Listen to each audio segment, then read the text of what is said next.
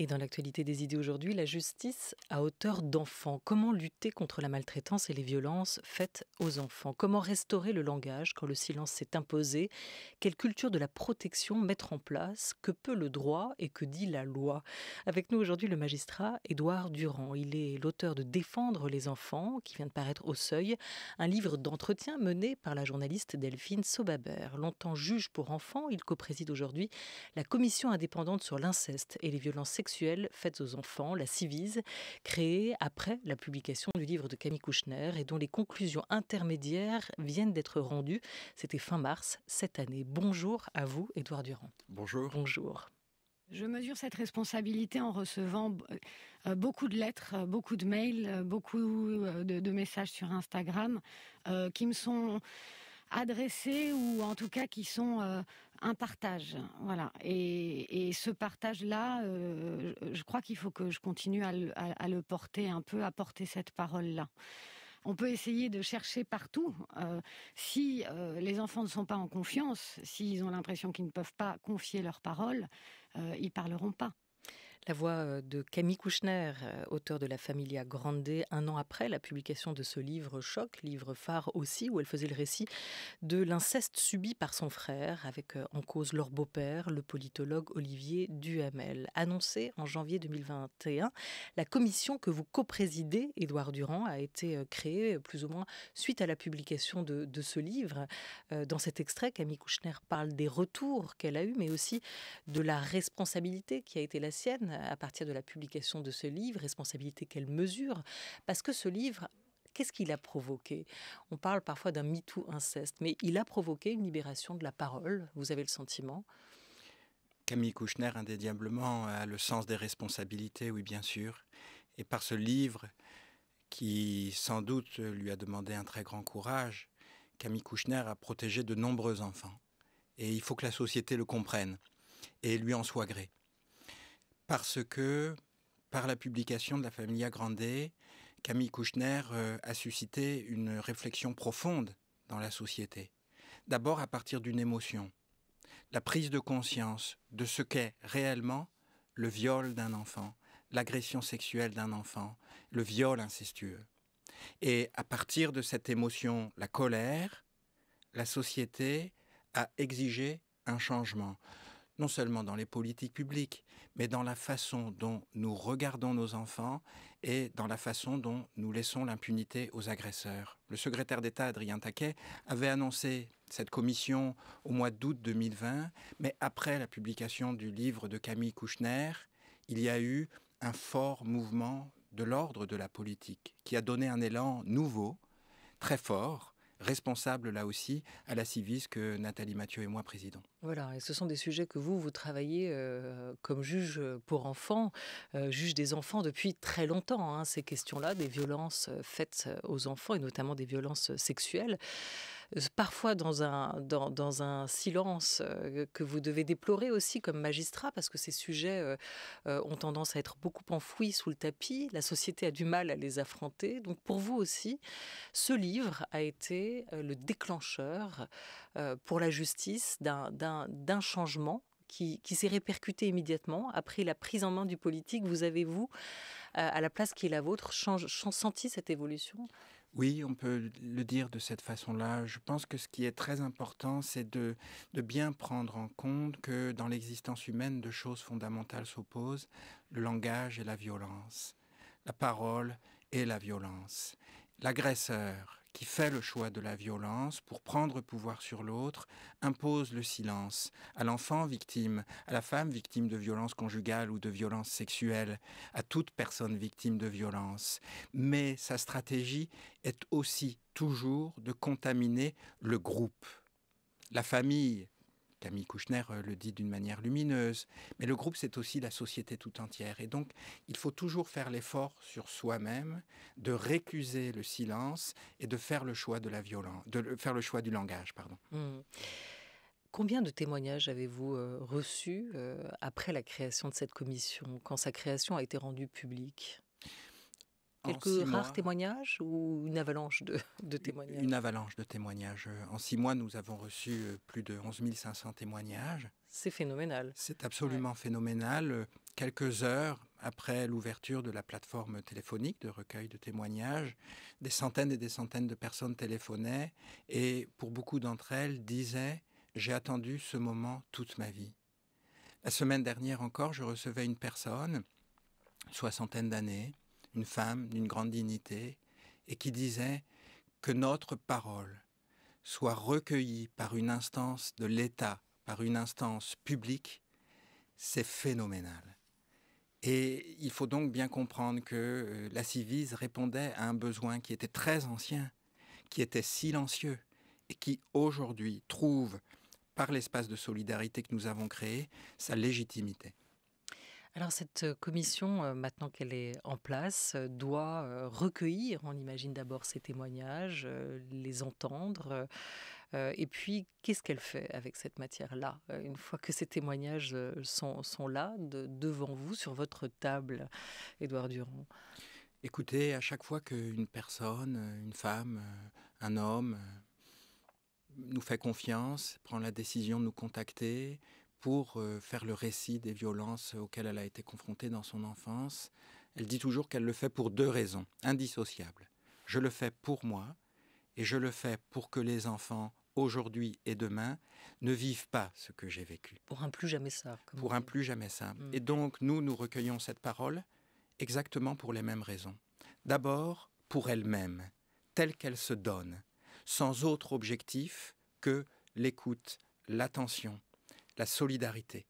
Nous sommes là ensemble. Et quand nous faisons des réunions publiques, comme nous serons demain à Nancy ou le 16 mai prochain au Palais de la Femme à Paris, eh bien, il y a 50, 100, 200 personnes qui sont là et qui, pendant 2 heures, s'écoutent avec une grande bienveillance.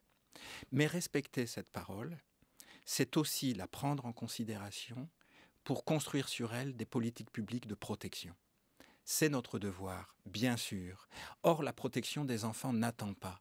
Nous n'attendrons pas le dernier jour de la commission pour faire des préconisations de politique publique. À chaque fois que nous avons été en mesure de le faire, nous l'avons fait avec notre avis du 27 octobre pour mieux protéger les enfants victimes d'inceste parental, avec nos conclusions intermédiaires qui contiennent 20 préconisations réalistes, réalisables, pour qu'à chaque fois, le seuil de protection augmente. Comme quoi, par exemple, dans ces dernières mesures?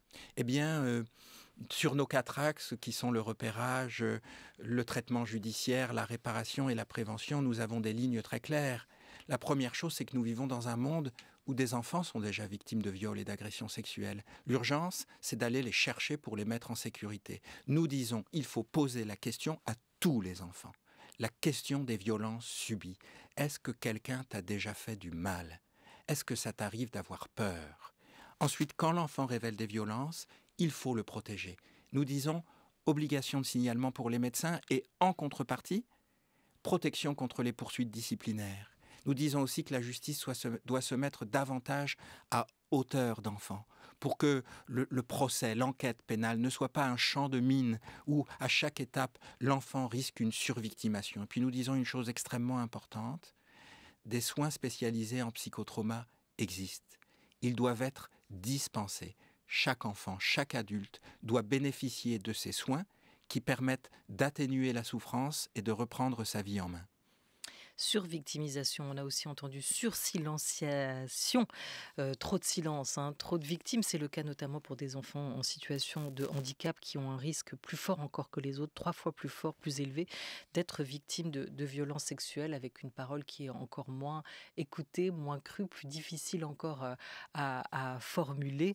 Vous l'évoquiez, juste un chiffre, on estime à 160 000 le nombre d'enfants victimes de violences sexuelles. Ce chiffre-là, je ne sais pas précisément d'où il vient, Il faut établi. arriver à penser la réalité de ces violences sexuelles par leur ampleur. Et leur ampleur, c'est 2 choses indissociables, le nombre et la gravité. À partir des grandes enquêtes de victimation, des données des ministères, notamment du ministère de l'Intérieur, nous pouvons construire ce chiffre qui correspond à cette réalité. Chaque année, au moins 160 000 enfants sont victimes de violences sexuelles dans notre pays, la France. Il y a urgence à aller chercher ces enfants qui encore restent largement invisibles qui passent sous nos yeux en attendant que nous les protégions. Mieux protéger les enfants, lutter contre l'impunité des agresseurs, c'est donc le sens et la fonction de cette commission. Vous avez dit la parole des victimes, c'est la légitimité même de la commission, c'est-à-dire... Parce que nous sommes là pour ça. Parce que longtemps, nous tous, vous et moi compris, nous avons laissé sous silence cette réalité des violences sexuelles. Qu'il y a quelques années encore, on les minimisait, on les banalisait, et qu'encore aujourd'hui, on ne croit pas un enfant qui révèle des violences. Or, si aujourd'hui, par la Civise, la société est prête à dire à une personne adulte de 50, 60, 70 ans, nous vous croyons, nous aurions dû vous protéger, c'est qu'elle doit être prête aussi à dire à un enfant qui est un enfant aujourd'hui, qui a 7, 8, 9 ans, 4 ans, 10 ans, je te crois, je te protège. L'un ne va pas sans l'autre. C'est donc notre légitimité, bien sûr. Nous nous appuyons sur cette parole que nous respectons pour penser la culture de la protection. Je te crois, je te protège, ça paraît évident, ça paraît être des mots simples, et pourtant ce sont des mots qui n'ont pas été prononcés si souvent ou assez souvent par le passé, et notamment de la part du corps judiciaire. Vous parliez d'une justice à hauteur d'enfant. La justice a trop longtemps été surplombante sur cette question-là. La justice aussi bien que toutes les autres institutions, parce que c'est une chaîne, la protection. Et qu'une chaîne ne vaut que ce que vaut le maillon le plus faible de la chaîne. Et chaque institution, chaque professionnel, chaque intervenant doit se remettre en question pour augmenter le seuil de la protection. Mais vous savez, chaque personne adulte qui a fait le récit, qui a écrit un livre, un texte sur les violences qu'elle a subies dans son enfance et son parcours dans la protection sociale, le dit toujours. Ce qui m'a longtemps retenu de parler, c'est la peur de ne pas être cru. Et nous savons que les enfants eux-mêmes souvent se dessinent sans bouche, parce que telle est la stratégie de l'agresseur. C'est pourquoi la première étape de la protection, c'est de poser ce postulat, de faire ce choix. Nous décidons que nous mettons en sécurité chaque enfant qui révèle des violences. Et nous décidons que nous allons permettre aux enfants de révéler les violences qu'ils subissent. Il n'y a qu'un seul moyen pour que l'enfant révèle les violences qu'il subit, c'est de lui poser la question. Créer les conditions du silence, c'est peut-être la première violence. Comment apprendre et permettre à ces enfants de dire l'indicible? Je vous propose d'écouter les mots d'une écrivaine, romancière, Christine Angot, qui a longtemps témoigné, qui continue dans ses livres, de livre en livre, de l'inceste qu'elle a subi. Christine Angot. Je ne dis pas qu'il ne faut pas employer les mots.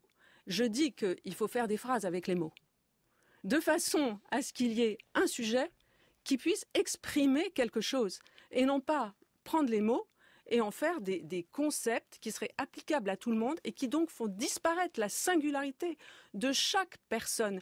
Personne n'a la même intériorité. C'est pas la victime d'inceste, ça n'existe pas. Donc les 4 mots n'ont pas à être comme ça collés sans les remplir. Prenons les 4 mots, mais remplissons-les. Voilà, Christine Angot qui est écrivaine et qui se méfie des mots, de ces mots aussi qui simplifient trop souvent la réalité, les vécus de ces personnes. Il n'y a pas une victime d'inceste, vous êtes d'accord avec ça, Édouard Durand? Oui, bien sûr, c'est très important. Ce que fait l'agresseur par le passage à l'acte, c'est qu'il fait de l'autre, l'enfant, la femme adulte, l'adulte, un objet de violence. L'enjeu est bien sûr de remettre la loi à sa place et donc de restaurer cette personne comme sujet unique, inaliénable, et de restaurer le langage. Je me souviens que quand Christine Angot présentait l'un de ses livres, Une semaine de vacances, qui est un livre absolument prodigieux, voici ce que peut la littérature nous confronter à ce point au réel, par le talent de Christine Angot. Elle disait « Je veux que les mots soient visibles ». Et, évidemment, ça m'avait beaucoup fait réfléchir, moi, comme magistrat, comme juge, comme professionnel qui travaille avec ce matériau extraordinaire qu'est le langage. Faire que les mots soient visibles. C'est lutter contre l'effacement du sujet. C'est lutter contre l'effacement du sujet et donc contre la stratégie de l'agresseur. Quand nous disons que nous avons reçu 11 500 témoignages, quand je dis que en 17 ans dans les tribunaux pour enfants, j'ai rencontré beaucoup d'enfants victimes ou d'adultes qui ont été victimes dans leur enfance, je vois des visages, j'entends des voix uniques, de personnes uniques, avec leur manière de dire et leur confrontation très particulière à cette épreuve existentielle qu'est le choix par un autre de l'acharnement du mal. Et ce qui est important aussi, à travers chaque récit singulier, c'est de construire une pensée, c'est de voir du commun, c'est de voir de la répétition, ce que Marie-France Casalis, Emmanuel Piette, Ernestine Renet, le collectif féministe contre le viol, ont appelé la stratégie de l'agresseur. Parce que oui, chaque récit, chaque mot est unique et appartient au sujet qui les prononce. Mais ils décrivent toujours cette stratégie de l'agresseur. Il recherche sa proie, il l'isole, il crée un climat de peur et de terreur, il passe à l'acte, il inverse la culpabilité, il impose le silence, il recherche des alliés, il assure son impunité. Et face à la stratégie de l'agresseur, nous devons construire une stratégie de protection. Et c'est ça toute la question. Et comment dénouer l'emprise, cette emprise qui est si forte, d'autant plus que l'histoire même de Christine Angot le raconte. Souvent, la personne qui agresse est une figure d'autorité, et même parfois une figure aimante et aimée par l'enfant ou par la victime. Hein. C'est une figure qui pervertit l'amour qu'attend l'enfant ou qu'attend la personne adulte, elle aussi victime de violences sexuelles ou de violences conjugales, de ce que j'appelle les violences de la maison. C'est toujours une perversion du besoin de sécurité, du besoin d'amour, d'attention de la personne qui est agressée. Et ensuite de ceci, je pense que nous mettons sur les épaules des enfants un poids beaucoup trop lourd, en leur demandant de s'opposer à l'adulte et en leur exigeant de même qu'ils sortent du silence. C'est au tiers de le faire. C'est au tiers de le faire de deux manières, en disant les mots de la loi et les mots de la violence, et en remettant la loi à sa place, et en remettant la culpabilité sur les épaules de l'agresseur. Vous savez, parce que l'agresseur dira à l'enfant victime de violences sexuelles, « Tous les frères font comme ça », c'est le livre de Laurent Boyer. Il dira « C'est parce que tu es particulier, toi, c'est parce que je t'aime, c'est notre secret ». Il faut donc qu'il y ait un tiers qui dise que l'agresseur a perverti le langage pour que l'enfant puisse penser la loi et la transgression. Et qui est ce tiers légitime? À quel moment ça se joue? Est-ce que c'est justement au sein de la commission, par l'écoute et les discussions que vous pourrez avoir? Est-ce que ça passe forcément par une étape judiciaire, par ce temps de la justice, par l'audience? Le tiers, c'est vous, madame, c'est moi. C'est chacun d'entre nous dans l'espace qu'il occupe. C'est l'institutrice à l'école, c'est le professeur au collège, c'est la psychologue en consultation, c'est le pédiatre qui reçoit un enfant, par le repérage, poser la question des violences. Et bien sûr, c'est le rôle éminent de l'autorité judiciaire que de remettre la loi à sa place. À partir de cette position de départ, croire l'enfant qui révèle des violences et le protéger sans attendre. Le procès, l'audience est là pour ça, restaurer le langage. Vous écrivez, vous, Édouard Durand, qui êtes magistrat, il y a deux choses qui s'opposent sur cette question du langage et de la violence. Eh bien, c'est justement ce qui s'oppose, le langage et la violence. La violence veut tuer la parole, toujours. Mon rôle est de remettre le langage en place. Le violent fait de sa victime un objet. Dans la violence, il y a toujours une chosification de l'autre qui se trouve privé de parole ou dont la parole n'est pas reconnue. Le violent ne veut pas que l'autre soit un sujet, mais un objet à sa disposition. situation maîtrisée et il impose le secret pour assurer son impunité. Impunité, tiens, comment en sortir justement de cette impunité? Où est-ce que vous avez appris, vous, comme juge, comme magistrat, Édouard Durand, à écouter? C'est peut-être l'essence même de votre métier, mais avant même de juger. Mais où est-ce que vous avez appris ça, votre écoute, cette écoute-là? Si, pour une part, cette écoute s'apprend, alors je l'ai appris à l'École nationale de la magistrature et au fil des audiences que je conduite comme juge. Et puis, on s'engage dans ces métiers, dans ces vocations, par choix, parce qu'il y a quelque chose qui répond à une exigence intérieure. Peut-être l'écoute en fait-elle partie. Je dirais, pour répondre précisément à votre question, que je suis vraiment devenu juge des enfants alors que j'étais déjà juge des enfants, mais quelques mois, quelques années après avoir été nommé à ce poste, lorsque les violences de la maison, et précisément les violences conjugales, sont devenues une réalité dans mon expérience et mon expérience professionnelle. Et ça m'a conduit à revisiter la totalité des principes qui me structurent comme juge, qu'on m'a enseigné à l'École nationale de la magistrature et que j'ai moi-même enseigné quand j'y étais professeur. C'est quoi ces principes? C'est les grands principes juridictionnels, le principe de l'impartialité des juridictions, le principe de la charge de la preuve, le principe du contradictoire. Nous devons respecter, mettre en œuvre ces principes, la présomption d'innocence, et j'en suis le gardien en tant que magistrat, mais nous devons les mettre en œuvre d'une telle manière qu'ils ne généreront pas l'impunité des agresseurs. La présomption d'innocence n'a jamais été conçue par les humains pour générer un système d'impunité des agresseurs. Et le principe de l'impartialité n'est pas la neutralité, parce que entre le loup et l'agneau, entre l'agresseur et la victime, être neutre, c'est être du côté du loup, de l'agresseur. Il faut faire le choix de la loi. La loi n'est pas neutre. Être impartial, c'est tout de même être du côté de la loi et récuser la violence. Et pour autant, vous disiez l'importance, c'est de pouvoir dire à un enfant « je te crois ». Je t'ai entendu et je te crois. Mais peut-on tout croire? Est-ce que la parole de l'enfant est infaillible? Deux éléments de réponse à cette question qui est extrêmement importante. La première, c'est que, contrairement à ce qu'on pense, à une idée reçue, à un doute qu'on a toujours dans la tête, le risque d'être manipulé, le risque de fausses dénonciations, de mensonges, de manipulation est extrêmement faible. Deuxièmement, un enfant qui révèle des violences et qui prend conscience que l'adulte à qui il révèle ces violences ne le croit pas, risque un effondrement psychique. Un enfant qui révèle des violences et qui n'est pas protégé immédiatement perd confiance dans le monde des adultes. Le risque que nous courons n'est pas d'inventer des victimes.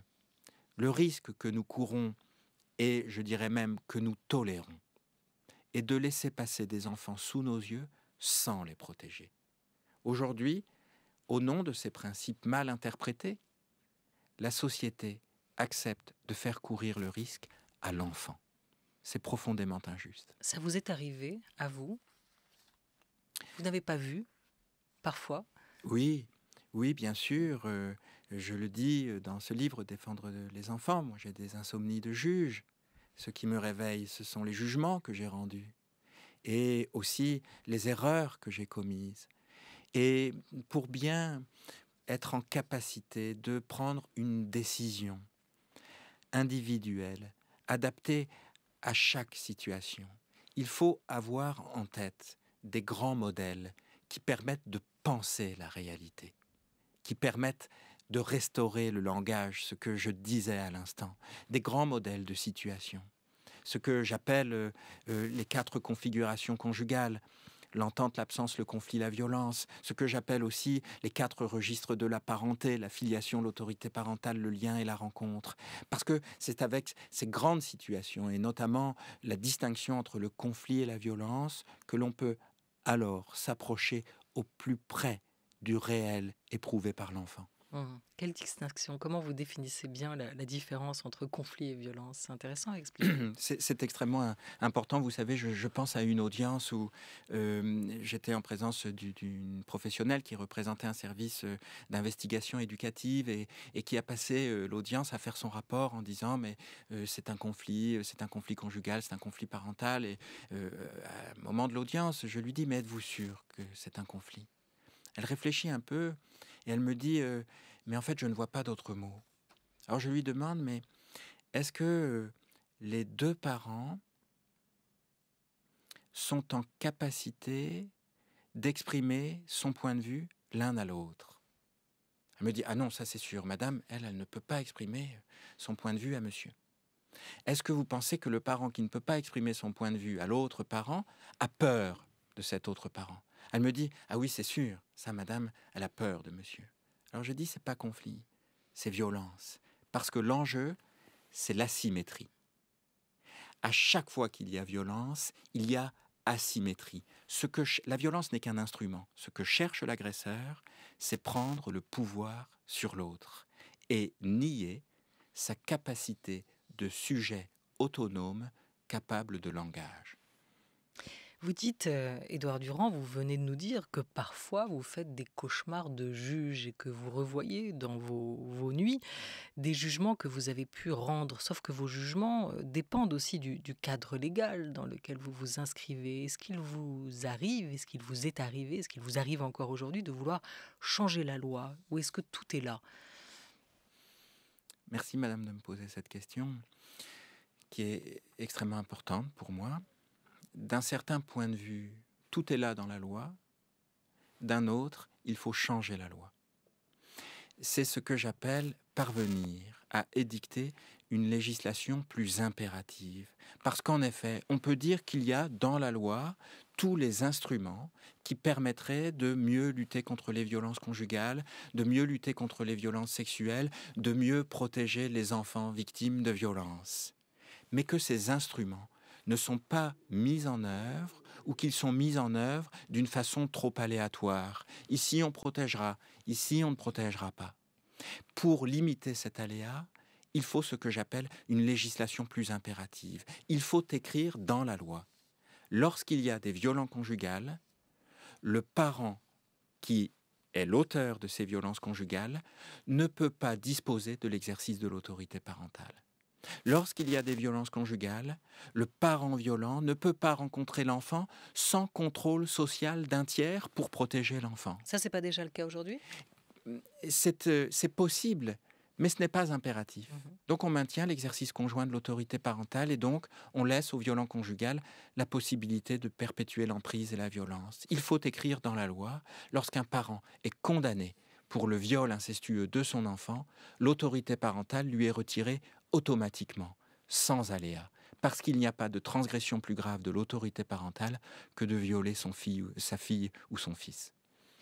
On a aussi beaucoup parlé de la question de la prescription, pas simplement pour les violences sexuelles, les crimes sexuels sur mineurs, mais aussi autour des violences faites aux femmes. Cette question de la prescription pour les agressions sexuelles, pour les viols, est-ce qu'il faut, une fois encore, allonger le délai de prescription pour permettre aux juges de mieux juger, de faire reconnaître aussi ces violences quand elles auraient été commises? Je vous propose d'écouter les mots de l'avocate Marie Dauzé.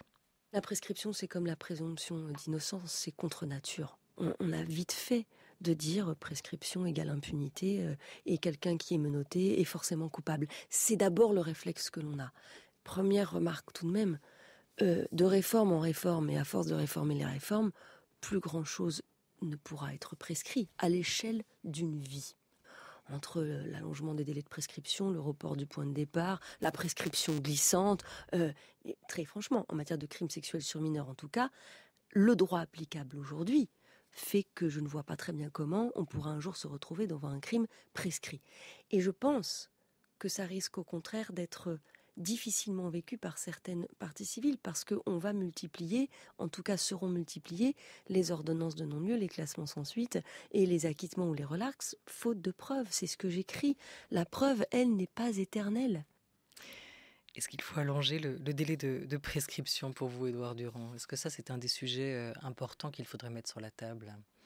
C'est un sujet important qu'il faut mettre sur la table. Si aujourd'hui, madame, j'avais une conviction tranchée, claire en moi, je vous la dirais. C'est une question importante que je continue de me poser et que la commission indépendante sur l'inceste et les violences sexuelles faites aux enfants se pose et aura l'occasion d'exprimer le moment venu.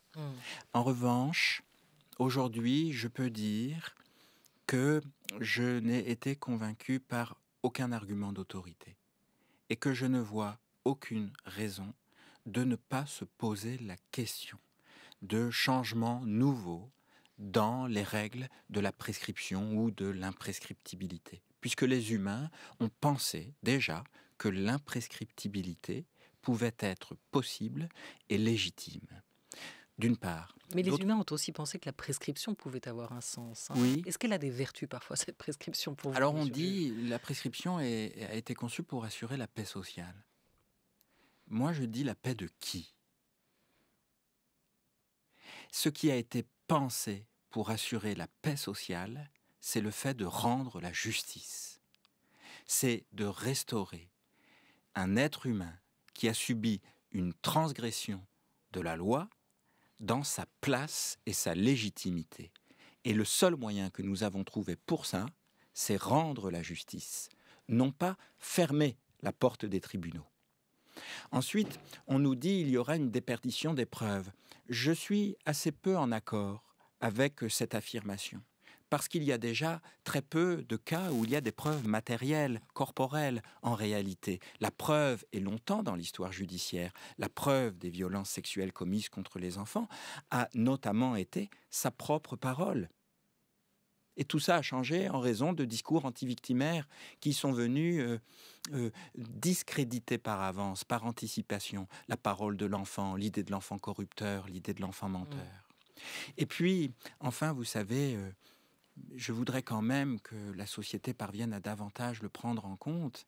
Ces 11 500 personnes qui témoignent à la Civise, qui nous font confiance, qui nous confient leur existence. Elle parle d'un présent perpétuel de la souffrance.